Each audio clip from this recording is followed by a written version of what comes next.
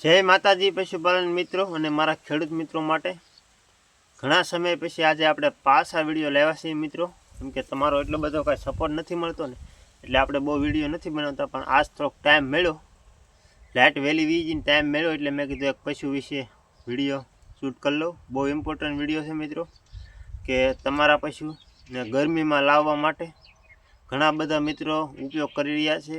ઘણા મિત્રોને રિઝલ્ટ મળે છે, ઘણાને નથી મળતું. અને આપણે દેશી પ્રયોગની વાત કરવાની છે કે આપણા પશુને કઈ રીતે ગરમીમાં લાવવા. અને આપણે જે માહિતી દઈએ એ મિત્રો બધી સાચી દઈએ છે, કોઈ લોકોને ગેરકાયદે લઈ જતા નથી. અને આપણે જે માહિતી આપી એનો કોઈ એટલો બધો ખર્ચો નથી અને કોઈ તમારા પશુને પણ નુકસાન નથી કરતું.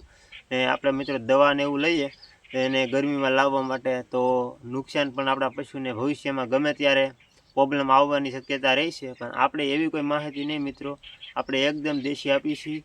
ને આજે હું તમને પશુને કઈ રીતે ગરમીમાં લાવવા એની સંપૂર્ણ પણ આ વિડીયોમાં માહિતી આપવાનો છું.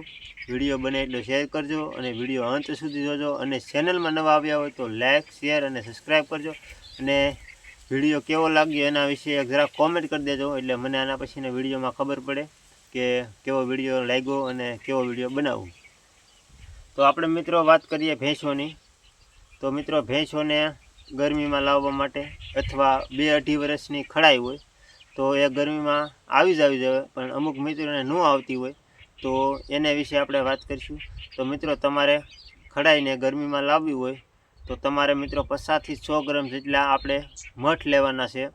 એ મઠને તમારે સાંજે પલાળી દેવાના છે. અને પલાળીને 100 થી 150 ગ્રામ જેટલા મઠ લેશો. એ પલાળીને તમારે સવારમાં તમારી ખડાઈને અથવા તમારી ભેંસને જેને તમારે ગરમીમાં લાવવું હોય તેને એ તમારે મઠ ખવડાવવાના સવારમાં. અને એવું તમારે કન્ટિન્યુ પ્રયોગ કરીએ તો થોડાક દિવસ રાખજો, 4 થી 5 દિવસ, તો તમારા પશુ ગરમીમાં આવી જશે.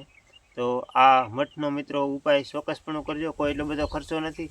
અને જો તોય પછી મિત્રો ગરમીમાં ન આવતા હોય મઠથી, તો સાથે સાથે હું તમને બીજો એક પ્રયોગ કહું. તો જો મઠથી તો તમારા પશુ ગરમીમાં આવી જ જાય, પણ ન આવે તો તમારા પશુમાં કોઈ જાતની નાની મોટી કોઈ તકલીફ હોય તો તમારા પશુ ગરમીમાં ન આવે. બાકી આપણે આ પ્રયોગ ઘણા સમયથી કરીએ છીએ આપણા પશુને, અને આપણા પશુને રિઝલ્ટ 100% મળે છે. એટલે હું તમને આ વિડીયો શેર કરું છું આ ઉપાય. પણ તમારા પશુને જો ન આવતા હોય અને એને કોઈ જાતનો પ્રોબ્લેમ હોય તો તમારે બીજો ઉપાય કરવાનો છે મિત્રો.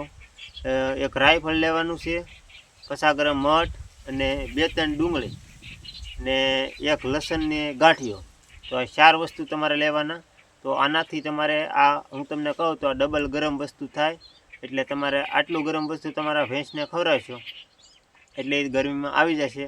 બાકી તો તમે મઠ ખવડાવશો તો આ ગરમીમાં આવી જાય, પણ તમારા પશુને કોઈ જાતની તકલીફ હોય તો ગરમીમાં ન આવી શકતી હોય તો આપણે આ 4 વસ્તુનો ઉપાય ચોક્કસ કરજો, તમારા પશુ ગરમીમાં આવી જશે.